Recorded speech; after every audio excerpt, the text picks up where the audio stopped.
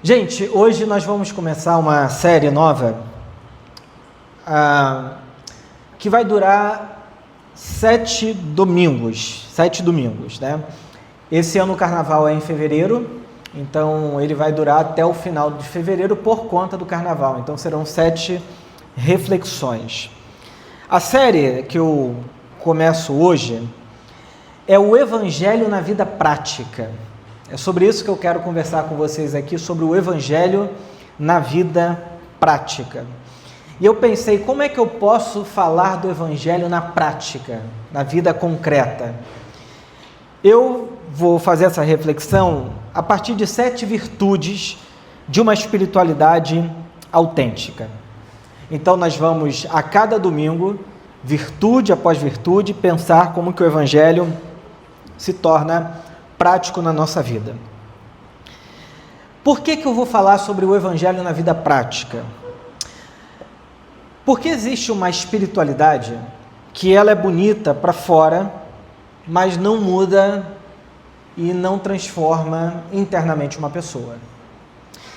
Existe uma fé que as pessoas postam nas redes sociais, que as pessoas falam sobre ela, que as pessoas dizem eu acredito em Deus, mas continuam presas no orgulho, continuam presas na dureza do coração, continuam presas na incapacidade de amar, continuam presas na avareza, continuam presas em tudo aquilo que o Evangelho é contra. Então, se o Evangelho é uma semente que germina, brota e produz resultados, produz frutos, que frutos são esses? Então, ao invés de eu falar no que você tem que fazer ou se tornar, eu quero pensar nos resultados práticos do Evangelho na vida de uma pessoa. E aí, nessa série, a nossa pergunta não vai ser no que você acredita. Eu gastei, eu acho que talvez 1 ano e meio, ou um pouco mais do que isso, na Viva, falando sobre o que a gente acredita, o que a Viva pensa, o que a Viva... e por aí vai. E para quem está nos encontros desde lá do começo, eu gastei muito tempo trabalhando a visão da Viva, internamente a Viva. Então, obviamente, eu não esperava que a Viva fosse expandir para fora, porque eu estava trabalhando, digamos assim, nos aspectos internos da Viva. Deixa eu trocar de microfone, porque esse aqui está reclamando. Vou botar esse aqui. Valeu, Lucas.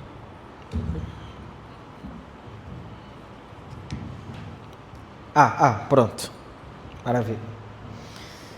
Então, quando eu pensei na plantação da Viva, eu sabia que eu ia gastar muito tempo aprofundando a teologia da nossa igreja. Aquilo que a gente pensava, aquilo que a gente acreditava, porque eu sei desde sempre que não adianta uma árvore gastar tempo crescendo para cima se ela não tiver raízes profundas. Ela cai, ela não suporta, ela não aguenta. Então eu gastei tempo aprofundando a nossa visão. Por isso que foi muito o que a Viva é, o que pensa, como é que é a nossa teologia, Casa Viva encontro, discussão, debate, aprofundamento. Mas agora eu quero gastar um pouco de tempo pensando nos resultados práticos do Evangelho na nossa vida. O que o Evangelho produz em nós, né? Então, a gente vai, nesses próximos domingos... Tudo bem, gente? Foi o vento, né? Aqui tem tudo que é tipo de coisa. Tem vento, projeção. Então, o ponto é, como é que Jesus transforma a nossa vida, não como uma teoria, não como uma ideia, mas como uma coisa prática. Como é que ele ajuda a gente numa coisa prática? E para isso, eu vou começar com um tema que eu acho que é o mais importante de todos. Se você não entender isso aqui, você não vai entender o Evangelho. Não tem como. Perdão. Hoje a nossa conversa vai ser sobre perdão. E para isso eu quero ler, bem calmamente com vocês, Mateus capítulo 18, verso do 21 ao 35. Se você tiver uma Bíblia aí, quiser acompanhar com a sua Bíblia, ou se não, acompanha com a projeção aqui, tá? Mateus capítulo 18, versos do 21 ao 35, que diz assim, ó. Então Pedro se aproximou de Jesus e perguntou: Senhor, quantas vezes devo perdoar alguém que peca contra mim? Na palavra pecado, você pode colocar alguém que erra contra mim, alguém que me ofende, alguém que faz uma coisa grave contra mim. Pedro pergunta: 7 vezes? Jesus respondeu: não 7 vezes, mas 70 vezes 7. Portanto, o reino dos céus pode ser comparado a um senhor que decidiu pôr em dia as contas com os servos que lhe deviam. No decorrer do processo, trouxeram diante dele um servo que lhe devia 60 milhões de moedas. Uma vez que o homem não tinha como pagar, o Senhor ordenou que ele, sua esposa, seus filhos e todos os seus bens fossem vendidos para quitar a dívida. O homem se curvou diante do Senhor e suplicou: por favor, tenha paciência comigo, eu lhe pagarei tudo. O Senhor teve compaixão dele, soltou e perdoou-lhe a dívida. Verso 28. No entanto, quando o servo saiu da presença do Senhor, foi procurar outro servo que trabalhava com ele e que lhe devia 100 moedas de prata. Agarrou pelo pescoço e exigiu que ele pagasse de imediato. O servo se curvou diante dele e suplicou: tenha paciência comigo, eu lhe pagarei tudo. O credor, porém, não estava disposto a esperar, mandou que o homem fosse lançado na prisão até que tivesse pago toda a dívida. Quando os outros servos, companheiro dele, viram isso, ficaram muito tristes, foram ao Senhor e lhe contaram tudo o que havia acontecido. Então o Senhor chamou o homem cuja dívida ele havia perdoado e disse: servo mau, eu lhe perdoei sua imensa dívida porque você me implorou. Acaso não devia ter misericórdia de seu companheiro como eu tive misericórdia de você? E irado, o Senhor mandou o homem à prisão para ser torturado até que lhe pagasse toda a dívida. Assim também meu Pai Celestial fará com vocês, caso se recusem a perdoar de coração aos seus irmãos. Uma parábola de Jesus intensa, no mínimo. Eu queria lembrar que a nossa sociedade hoje está muito marcada por aquilo que a gente chama de cultura do cancelamento. Se eu não gosto do que uma pessoa fez, se eu não gosto do que uma pessoa diz, ou se eu não gosto do que uma pessoa é, eu simplesmente faço um movimento de cancelar aquela pessoa. São os famosos haters. E, no fundo, o que habita o coração dessa cultura, que é a nossa, é a certeza de que nós somos moralmente superiores àquelas pessoas a quem a gente critica. E que nós temos o direito, talvez no coração dela, o dever de atribuir algum tipo de juízo ao erro do outro. Então, o ser humano, ele tem uma característica muito interessante. Se, vamos supor, o Felipe chega aqui para a gente e fala assim: pessoal, eu comprei uma Ferrari puro sangue, que custa não sei quantos milhões, aquele carro magnífico. Todo mundo vai dizer assim: ah, que legal, deixa eu ver, tal, bacana, acabou. Mas se o Felipe chega aqui, desculpa, Felipe, te usar como bode expiatório da conversa hoje, e fala assim: pessoal, eu tive uma discussão horrível em casa, quebrei tudo, eu fiz um monte de loucura, eu saí de lá com raiva, aí eu fiz isso, aquilo, todo mundo, é mesmo? O que aconteceu? Conta mais. O ser humano, ele é atraído pela miséria humana. A gente gosta disso. Por que notícia de fofoca vende muito mais e faz muito mais sucesso do que uma notícia boa? A gente acha que a notícia boa é trivial, banal, E, ok, eu soube disso, é uma informação, eu pego e jogo fora. Agora, quando a notícia é de um erro de alguém, eu pego aquilo e, como diz a psicanalista Melanie Klein, eu devoro aquilo com as minhas entranhas e eu coloco aquilo para dentro e falo, eu vou me alimentar disso até não aguentar mais. Tem um filme chamado Harry Potter, vocês conhecem? Tem a figura do dementador, que são uma espécie de espíritos que se alimentam do medo das pessoas. A nossa sociedade, que vive na cultura do cancelamento, ela faz exatamente isso, ela se alimenta do erro e da tragédia da vida de uma outra pessoa. Porque no fundo, a gente acredita que nós, de alguma maneira, quando criticamos alguém, fazemos um juízo de valor de alguém, nós nos sentimos moralmente melhores. E como o ser humano adora se colocar nesse lugar, ele se sente confortado de que isso aconteceu com fulano e não com ele. É o que nós chamamos de uma identificação projetiva. Eu me identifico, só que como eu não suporto aquilo em mim, eu projeto e crio um Judas Iscariote daquela realidade, daquela situação e coloco dentro do, digamos assim, do escárnio público. Bom, é verdade que a gente sempre vai fazer juízo, a gente sempre analisa, a gente sempre julga, só que no mundo de hoje, as redes sociais se tornaram, digamos assim, um tribunal popular, um júri popular em que eu posso condenar uma pessoa ou favorecer ela.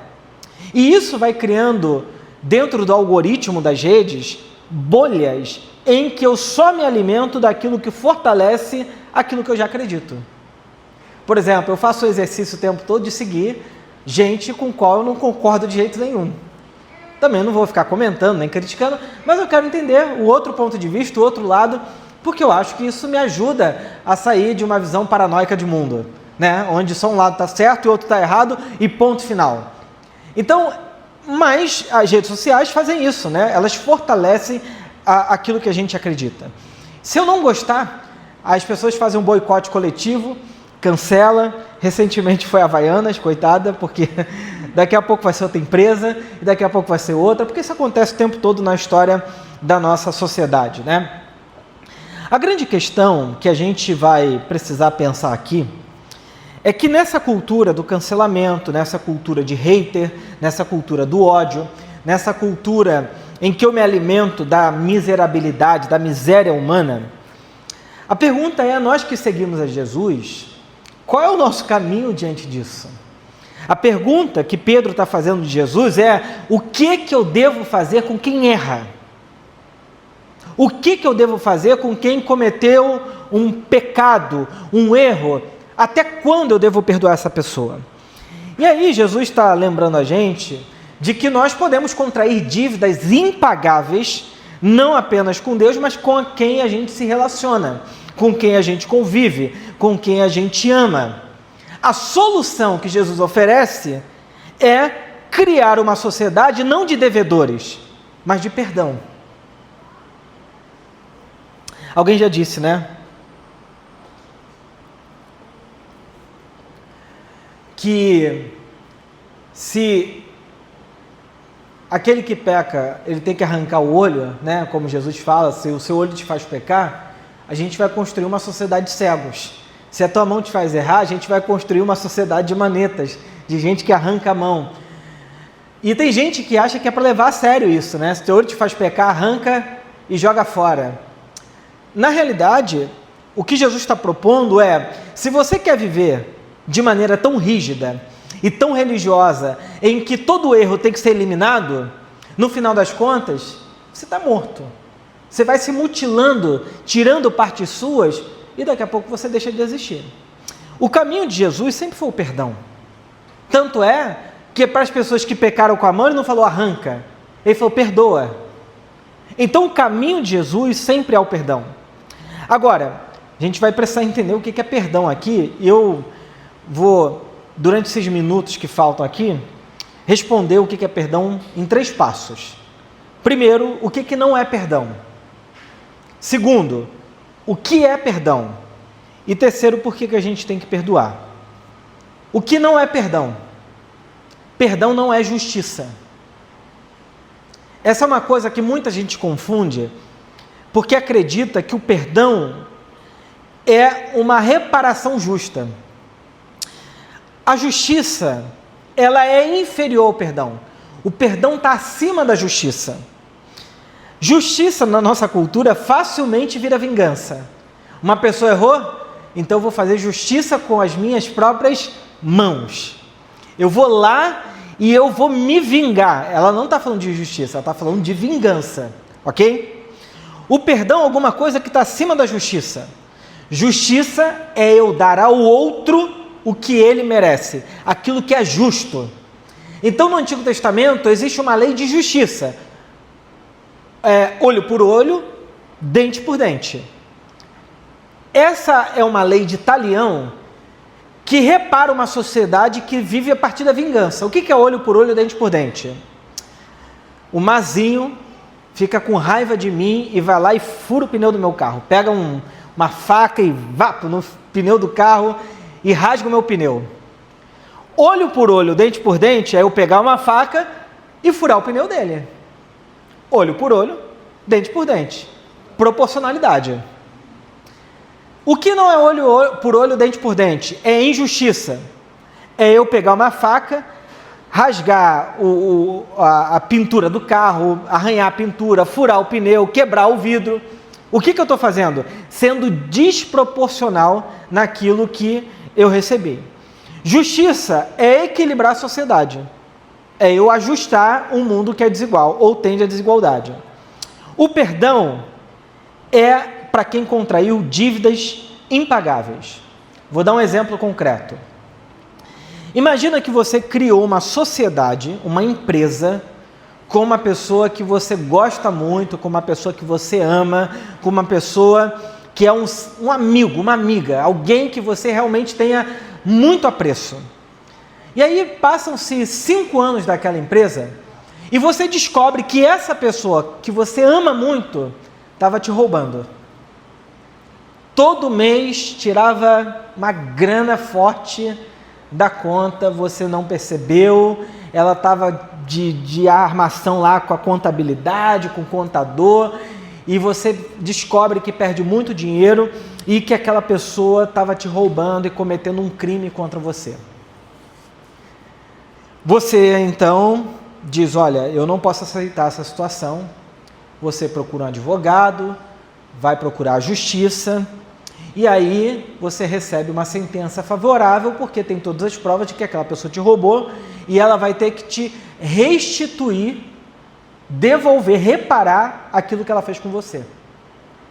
Justiça. Só que é um amigo, uma amiga, uma pessoa que você ama.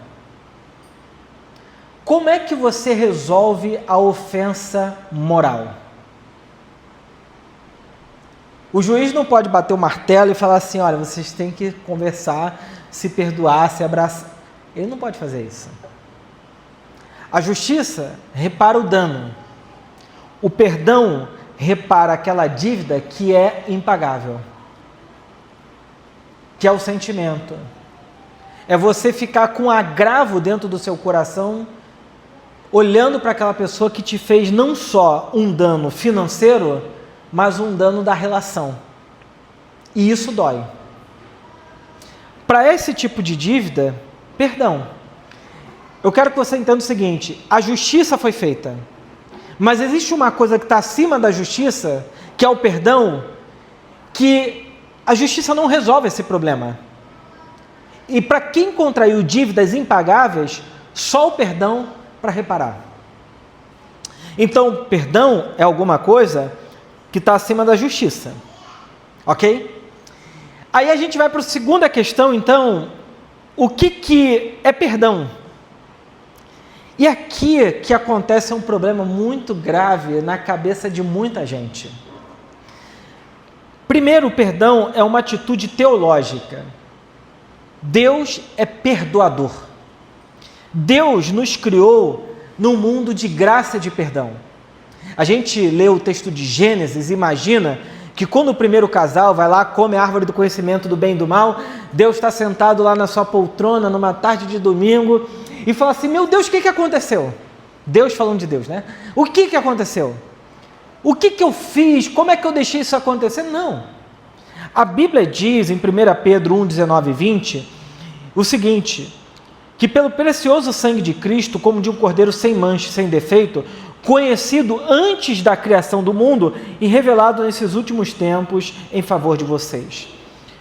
Antes de Deus dizer, haja luz, na eternidade, Deus disse, haja cruz, haja perdão. O mundo foi criado já em estado de perdão e de graça. O mundo não foi criado para ser simplesmente perdoado lá no sacrifício de Cristo. O mundo já foi criado em estado de perdão. O maior atributo de Deus é a misericórdia. A misericórdia é o atributo em que Deus é capaz de sustentar a injustiça, o pecado e a morte sem punir o pecador. Até aquilo que a gente acha que é uma punição de Deus, não é. Quando a gente olha para o Antigo Testamento, por exemplo, e vê que o povo de Israel vai caindo na idolatria, fazendo um monte de atrocidade, cometendo injustiça, e Deus manda profeta, anúncio, aviso, fala, se arrependa, muda os seus caminhos, não sei o quê. Isso tudo é um ato de graça de Deus. Deus poderia dizer, quer saber? Acabou a humanidade, não aguento mais vocês, tipo o Thor que dá um estalo, o Thanos, dá um estalo no dedo, acaba a humanidade.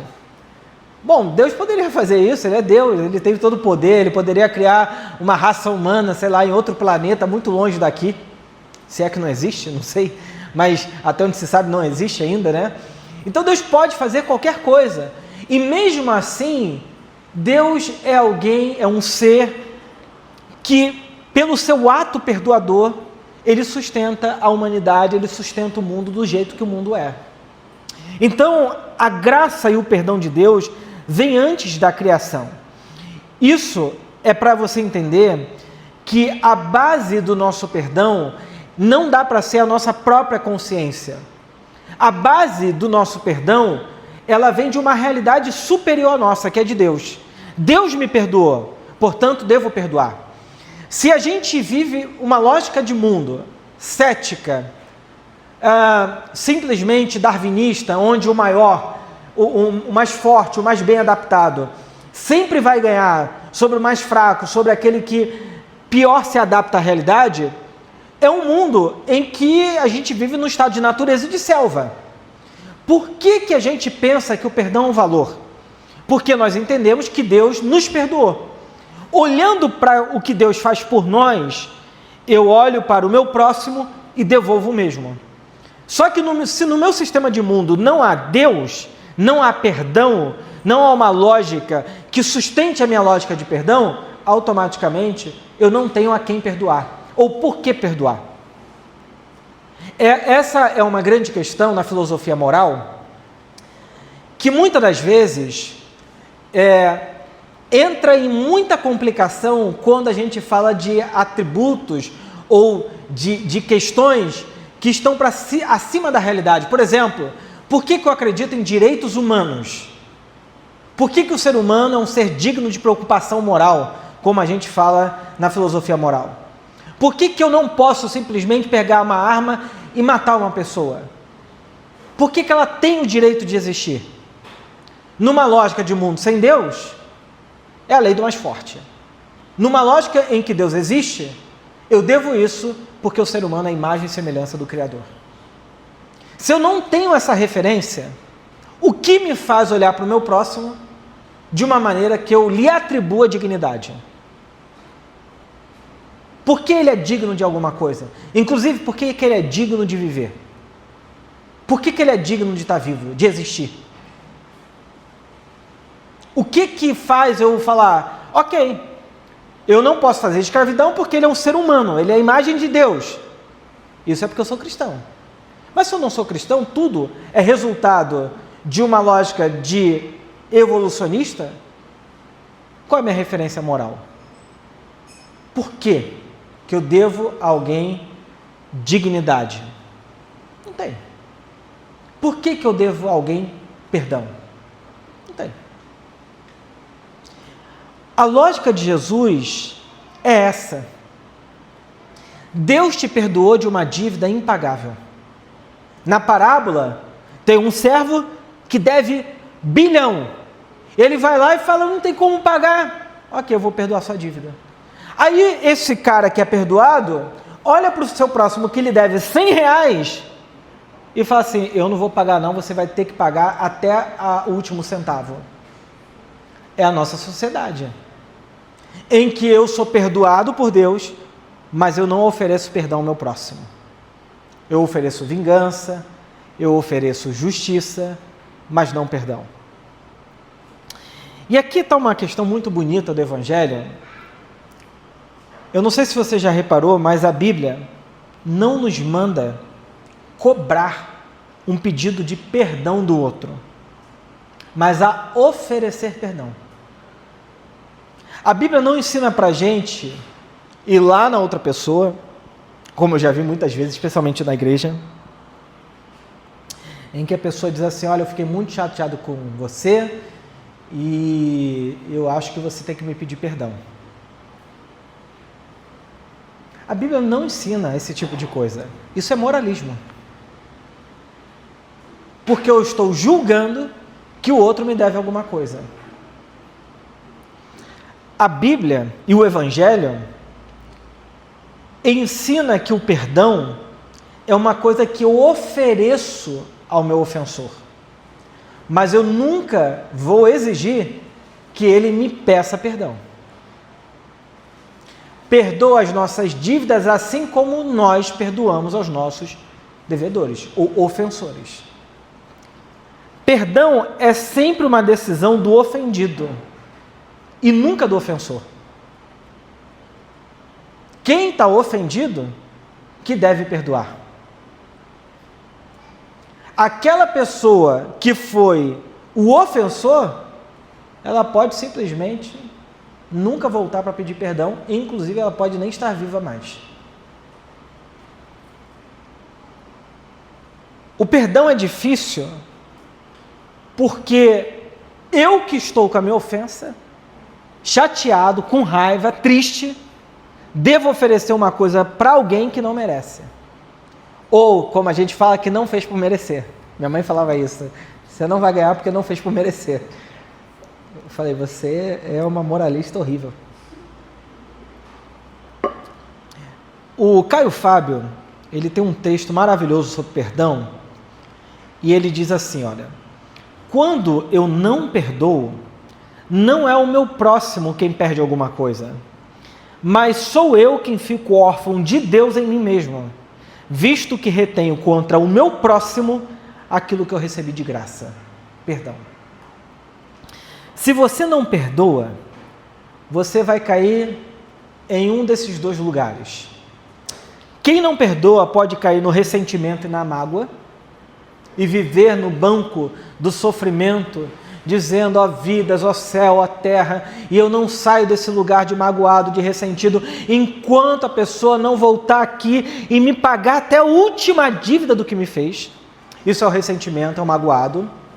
Ou a pessoa pode se tornar vingativa. Ah é? Me fez isso? Então ela vai ver o que eu vou fazer com ela. Que aí a gente constrói um mundo de violência e de vingança. Que também é terrível. O jeito de parar esse tipo de mágoa, ressentimento ou de vingança é perdão. Perdão, então, é uma coisa que é unilateral, eu sempre ofereço sem esperar. E o perdão também é uma superação das lógicas de culpa. E, gente, tem uma coisa que a gente gosta, é de uma culpa para chamar de nossa. Meu Deus do céu. O Paul Charnier, que é um autor, um médico, muito importante, que se converteu, escreveu um livro maravilhoso, que eu indiquei no curso de Teologia da Viva, chamado Culpa e Graça. O Paul Charnier diz assim, ó, parece bastante claro que o homem não vive sem culpa. Ela é universal. Quando reprimida, ela dá lugar à ira, à revolta, ao medo e à angústia. há uma insensibilidade da consciência, há uma impossibilidade crescente de reconhecer os seus próprios erros e uma exaltação crescente de impulsos agressivos. A culpa é uma das forças mais destrutivas, devoradoras que habitam o coração humano. Só que o problema é que eu não sinto só culpa. O problema é que eu atribuo culpa às outras pessoas. Eu coloco culpa para as outras pessoas, eu transfiro culpa para as outras pessoas. E no relato bíblico isso acontece desde o começo. Quando Deus pergunta para o homem, por que você está percebendo que você está nu? O que o homem faz? Foi a mulher que você me deu. O que a mulher faz? Foi a serpente. A transferência de culpa é um modo básico e um modo de funcionamento humano fundamental. A gente não suporta a ideia de que eu cometi um erro. O nosso superego tirânico adora a perfeição. Gente, se tem uma coisa maravilhosa na vida, é quando as pessoas param de achar que elas são perfeitas. Param de achar que elas são assim incríveis, maravilhosas, perfeitas, que têm uma reputação muito nobre a zelar. Olha, em 3 gerações vão esquecer de você. Você vai morrer, talvez teu filho lembre, teu neto alguma coisa. Depois disso, ninguém mais lembra de você. Nós não somos tão importantes assim. A nossa história, que a gente luta com unhas e dentes para proteger uma reputação ilibada, perfeita, não serve de nada. A gente gosta da reputação, ela serve para algumas coisas, especialmente para um mundo que vive de cancelamento e imagem. Mas diante de Deus, isso não serve de muita coisa. A religião, muitas das vezes, pode criar uma máscara, uma capa para a gente, de modo, como diz o Brennan Manning, que todo mundo nos admire e ninguém conheça de verdade quem a gente é. É uma capa de proteção, uma redoma que eu crio para mim. Todo mundo olha para mim e diz assim, meu Deus, que homem santo. Olha o Herbert, que homem de Deus. Gente, eu não gosto nem que fale esse tipo de coisa. Porque essas imagens idealizadas são boas para serem frustradas. E a gente tem que frustrar isso o tempo todo, frustrar, porque a gente só consegue ser a gente. Deus não aceita máscaras, Deus não aceita filtros, Deus não aceita falsa imagem, Deus não aceita falso eu, Deus não gosta de nada disso. Por isso que na história bíblica tem um homem que encontra com Deus, né? Chamado Jacó. Você conhece a história de Jacó? Jacó está lá no Val de Jaboque, dormindo à noite, o seu irmão está perseguindo ele. De noite a Bíblia diz que aparece um anjo do Senhor e luta com Jacó a noite toda, luta. É óbvio, Jacó perde, sai com a coxa marcada, mancando. E o bonito dessa história não é a briga do anjo com Jacó, é o que acontece depois. Porque depois, Jacó mancando, puxando a perna, encontra seu irmão que queriam matar. Sabe o que acontece? Eles se reconciliam. Eles reconhecem o que um fez, o que o outro fez, falam assim, quer saber? Vamos parar por aqui a nossa briga. E se dão bem. E Jacó se transforma no homem mais importante da história do Antigo Testamento, em certo sentido, porque ele dá o nome ao povo de Israel. Ele é transformado, né? De Jacó vira Israel, que dá o nome de uma nação inteira. O homem imperfeito, usurpador, que enganador, como a Bíblia diz, é o nome que dá a origem de um povo que é admirado no mundo inteiro. Então, se a gente vive numa lógica de culpa, transferindo culpa o tempo todo, a gente só se frustra. Tem um lugar que é ótimo para isso, é relacionamento. Entre casais, meu Deus do céu. Mas você fez isso, você fez aquilo, você é isso, você é aquilo. A gente vai o tempo todo transferindo culpa, porque no final a gente quer vencer o jogo do ego. O jogo de quem é melhor nesse relacionamento. Isso é uma coisa que é horrível na vida, é ter que provar o tempo todo que você é bom para alguém. Quem tenta provar que é bom para alguém o tempo todo, tu está num relacionamento desgraçado. Ah, mas eu tenho que provar o meu valor, meu Deus do céu. É o jogo que não termina nunca e que você só sai frustrado. Não estou dizendo que a gente não tem que melhorar, que a gente não tem que crescer, que a gente não tem que amadurecer, não estou dizendo nada disso. Eu estou dizendo daquele tipo de relação que um está com o outro o tempo todo, querendo provar quem é pior. para eu me sentir melhor. Sabe? E é um jogo horrível, né? Um jogo cansativo. E isso acontece na vida o tempo todo. E para terminar, agora que você entendeu que o perdão está acima da justiça, é uma atitude unilateral, você oferece, e é uma superação da lógica da culpa, a pergunta é, por que então a gente tem que perdoar?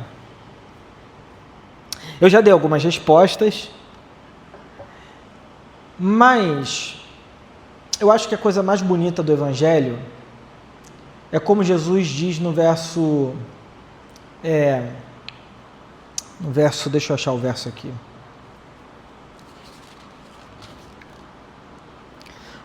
Eu perdi o texto, daqui a pouco eu acho. É quando Jesus, achei aqui.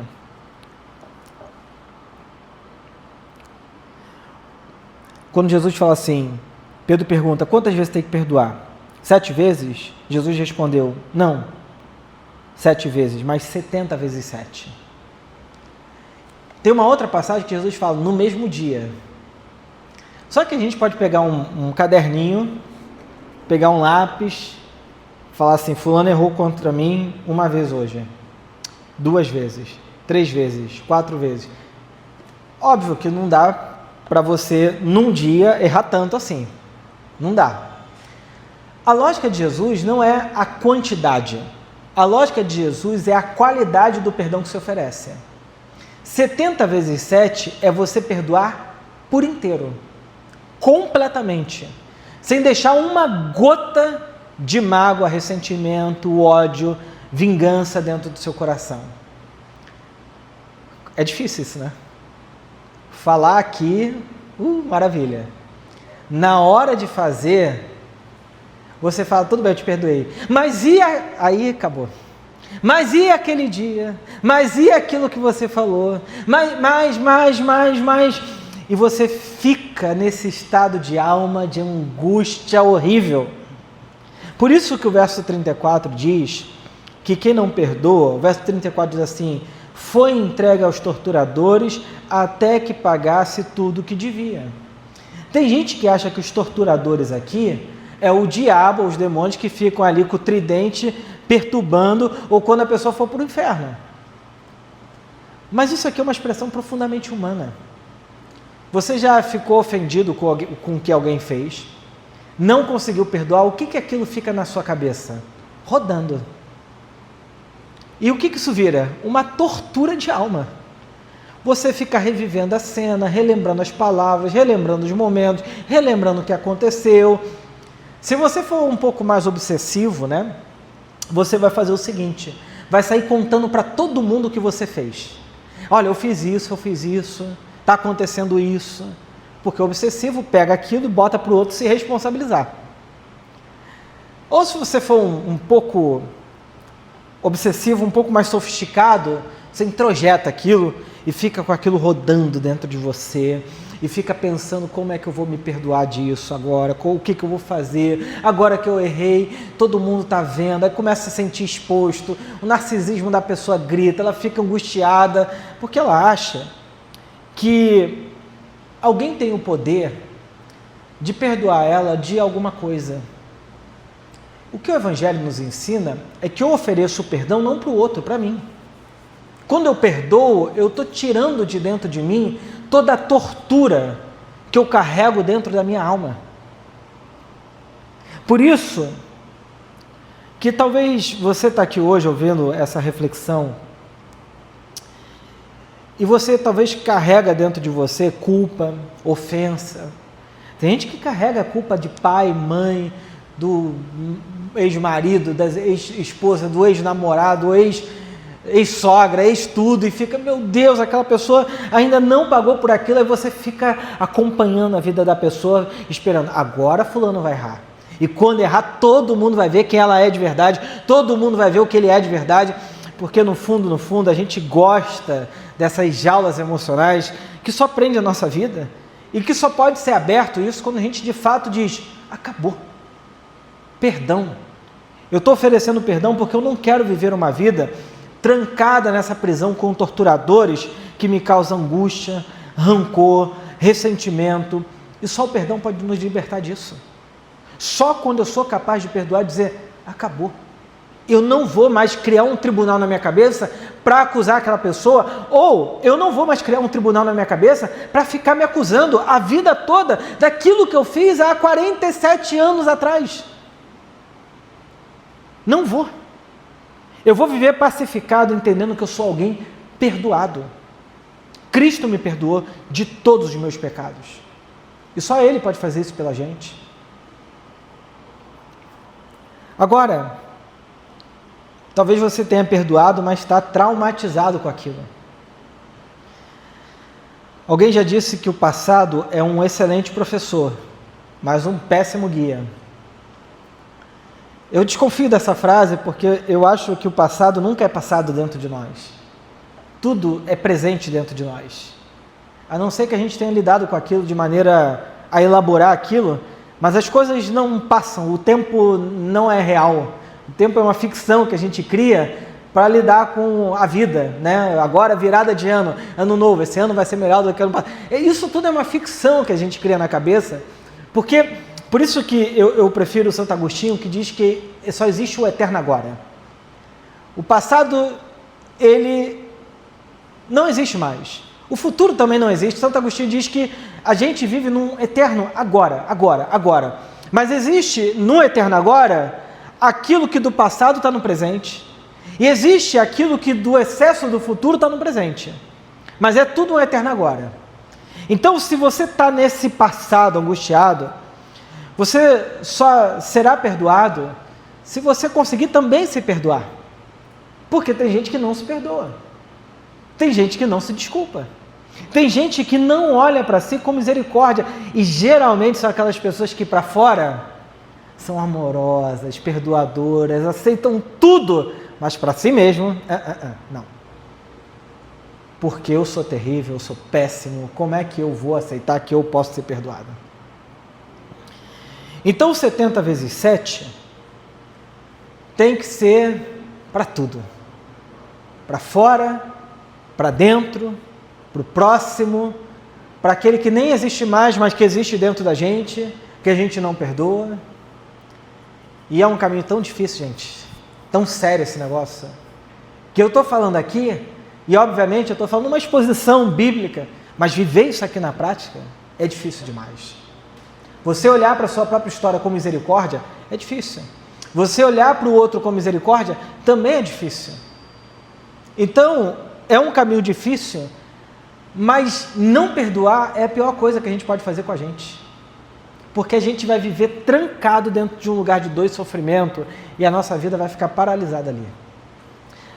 Então, a primeira virtude do Evangelho na prática é perdão. Essa é a base da conversa de tudo. Porque se a gente não entender isso aqui, e eu não estou falando entender aqui, eu estou falando entender na prática, entender de verdade, de maneira concreta. Se a gente não entender isso, todo o restante da vida cristã desmorona. Vira uma filosofia moral, vira uma filosofia esotérica, vira alguma coisa, mas a fé cristã é uma fé baseada no perdão. Primeiro, no perdão que Deus oferece a nós. Depois, no perdão que nós devemos oferecer ao mundo e também a nós mesmos. Ter fé é confiar nisso, que nós somos perdoados e que, portanto, também devemos perdoar. Amém.